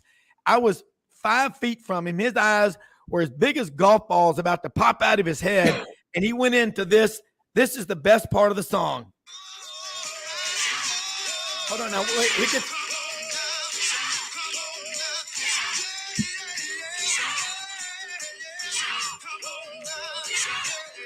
And now, do you think about that? They do that out at they. What a voice! What a voice! You've been so good to me. You've been so good to me. You know you make me wanna lift my head up and shout. Think about that out at Oregon, and Ben's right, man. The Civil War is absolutely. It might be the greatest name for. It might be the greatest name for a rivalry you ever heard. Yeah, The Civil War. And you think about it, guys. Now, T.R. Miller High School and Bruton High School down in South Alabama, the Battle of Murder River. You think about, the Jennings family down there, and Will Ruzick married to Molly. Great people down there. That's the land of Conecuh sausage down there in Evergreen, the Conecuh River. But no matter where you go, you got these high school rivalries. You've got high school football. And, folks, if you're listening, support high school football because that's where it all begins. And you have no idea if you've got the resources and the money. You know what? My great estate planning attorney, one of my best friends, Barry Blackman, used to tell clients in these meetings that had big piles of money. He said, you got $50 million, you got $200 million. You can't take it with you. They don't put luggage racks on hearses. I don't know who said it first, him or George Strait in that great country song, but you can't. Charlie Rich, keep on rolling with the flow. I live a crazy life. My friends, forgive me of my sins. I keep on rolling with the flow. Every year, the buildup, the anticipation to college football, it's awesome. And you know what we love? Ben's right. We got our rivalries and stuff like that. But there would never be a day when I wouldn't help somebody out who's my biggest rival if they really needed it. But that's what makes it so much fun is because deep down, you can't handle the truth is what Jack Nicholson said in A Few Good Men. Most people don't want to admit it, but we do respect our rivals. And if we didn't, it wouldn't mean a damn thing, guys. You go ahead, Matt. Well, I got a quick story for Ben, and this just goes back to your original point that we talked about, the zaniness of college football. So last year, Oregon's playing Oregon State, all right? If Oregon wins the game, they're going to the Pac-12 championship game in Las Vegas, Nevada, right? My wife and I are in the living room. They're up 34-17 to start the fourth quarter. And see, I'm an old ball coach. I coached basketball forever. So we'd be up 10 with 30 seconds to go. The game's not over. But I made the pivotal mistake, and I blame myself for the loss. I said, Julie, check flight prices to Vegas. I did that. That's 15 minutes to go in the game. I swear to God, man, the next 3 minutes, Oregon State makes it 34-24. And then the next drive, they get a penalty, so they're punting the ball. The punter is at the 1 yard line. There's like 8 or 9 minutes to go. I'm like, just kick it 40 yards, work the clock. He literally drops the snap. They fall on it at the 1 yard line. The next thing you know, it's 34-31, Ben. And I'm like, I've already created the loss. It was my fault for looking at flight prices up 17 with 15 to play. And the next thing I know, it's 38-34. And they got first to goal to 5, Oregon does, with like 2.5 to play. And I'm like, we can't get in. We can't get in. And it's all my fault. So Ben, it's on me. And I've never told many people that story because I'm ashamed because I'm an old ball coach. And I'm like, man, you just don't do that. You don't count your chickens before they've hatched. And I did that last year. I did that. It was my mistake. It happens. It happens. And the thing, look, when I was in high school, you talk about high school football. My mother is, my mom, she is my biggest critic. She is brutally honest when it comes to my athletic ability, right? When I was in high school, my mom told me, no. She told me when I play football, I play kind of timid. She said, you play kind of timid. That pissed me off. I said, Mama, what the hell you know about timid? You know what timid is, right? But then we weren't that good in high school. It is documented. Carlos Rogers. You talk about guys like Isaac West. Isaac West was the receiver of Billy Napier, the head coach of Florida right now. We get to college, and we didn't lose that much. My mama is a diehard Florida fan. When we were talking about the Swamp Kings. When Tim Tebow and company lost to Ole Miss, I'm in the NFL now. I thank God for moving on. My mother called me livid, like something had happened to a family member. Yeah. Crying on the phone. I mean, just livid. And I'm like, Mama, what is wrong with you? She goes, we can't get a first down. I'm going, what? Tim Tebow, with all these yards and touchdowns. My sister, we on three-way. My mom and my sister are literally crying. They are pissed because you get invested in these players and teams in a way that look. If Matt was arguing with an Oregon State fan, the only person who's going to say leave him alone is the police officer who's a college fan. Leave him alone. Let him hash shit out because they're not going to stop. Right. I mean, it becomes this obsession, but it's what you said, Rob. We respect it. So this is what we get mad at when somebody goes, NFL is way better than college. I said the players are. The game itself is not. Are the players in NFL better? Yes. Because you got 32 times 53 compared to P5s and G5s. I say, but if I had to pick, do I really want to see Cleveland, play Detroit on Sunday? No, I do not. That just happens to be the 1:00 game. Yeah. No, college football is the greatest because you don't want to be getting a concession. You don't want to be getting at the concession stand or getting something to drink, and the greatest play in the world happened. You go, oh, if your wife goes, you go, what happened? We want to be there to see it. Because the greatest words in college football is, did you see that? Did that just happen? It happens every college football is the only thing that you say the only way they can beat us is if they do this. You know how I know? Because I'm an Atlanta Falcons fan. Tom Brady. Yeah. Oh, yeah. Belichick. You make me sick because I love Devonta Freeman. Devonta Freeman is 200 pounds. He can't block a 260-pound DN that played at Alabama coming off the edge.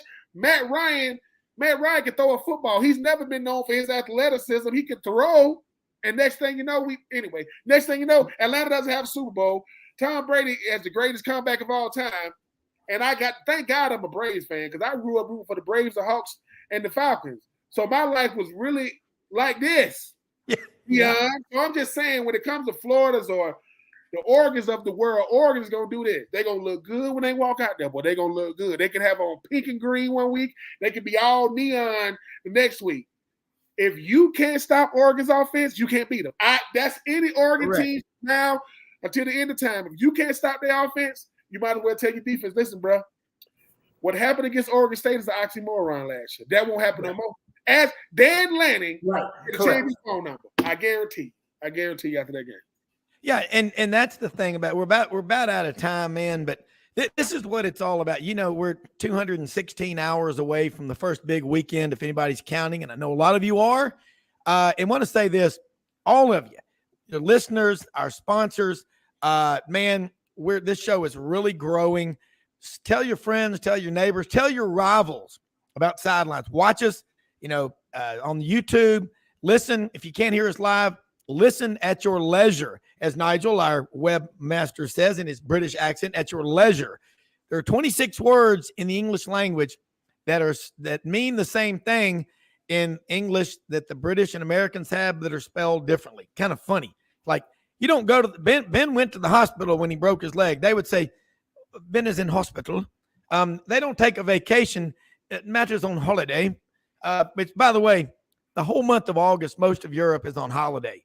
They're already laid back and lazy enough, but they take off the whole month of August, and you really can't get much service. And it takes 2 or 3 hours.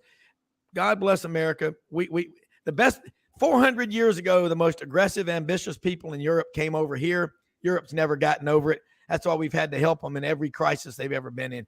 We live in the greatest country in the history of the world. Free speech, the First Amendment. Ain't nothing pulls people together, as Coach Dye said, like college football and sports. People love their sports. They love their teams. But Ben and Matt, you know this as a coach, as a player. You remember, you're dealing with real people. And just remember that. And the words that you use Vince Dooley said, Shug Jordan told him when he played for him, words have a tremendous impact on people, profound impact, whether they're positive or negative. So remember, Be careful with the words you choose. But go out today. Make a point to do something today after listening to this show. Kind words, kind deeds to someone, and watch how people treat people who can't do a thing in the world for them. That's the true measure of somebody. Somebody that has $1 billion and is a stingy, greedy jerk, who cares? They're going to die a miserable life. If you've got the resources and you've got the ability to help people, go do it. Matt, I know you do it. I know you do it, Ben. But go out and find excuses to win every day, because most often we see the face of Christ in the least among us. Ben, you are on ESPN Coastal down in Savannah all the time. I want to be on your show. I want to get on there and raise some hell with you. No, because I'm gonna need more than 15 minutes for you. Listen. I'm about to start my own podcast called Only One Dash. It simply means only one life. I mean, because the one thing I noticed is this. Steve Jobs said the greatest among us are the storytellers. I want to hear these stories being told. I want to get Rob Browne and Matt Dean uncensored. I don't want to be able to say, I don't want to see the FCC calling me saying, what the hell did Rob Browne say? He said, go to hell, FCC. Well, y'all off the air for a week. What? Yeah. So all I'm saying is, I want to get you guys like this, because my grandfather told me, I said, Granddaddy, what's the key to life? He said, brotherhood. As long as you got a brotherhood, you're gonna do whatever. He said brotherhood is outside of your bloodline. You need to develop a brotherhood of like-minded people who take. So I believe in that. So my grandfather let me know way back when. He's the reason why I be rocking the hats every day now. As we grow this show, Audrey's been thinking of some things to do, and an idea she got was with money that comes in to support the show from our sponsors and our listeners and viewers. She said she saw something. I think it's on YouTube or maybe Instagram.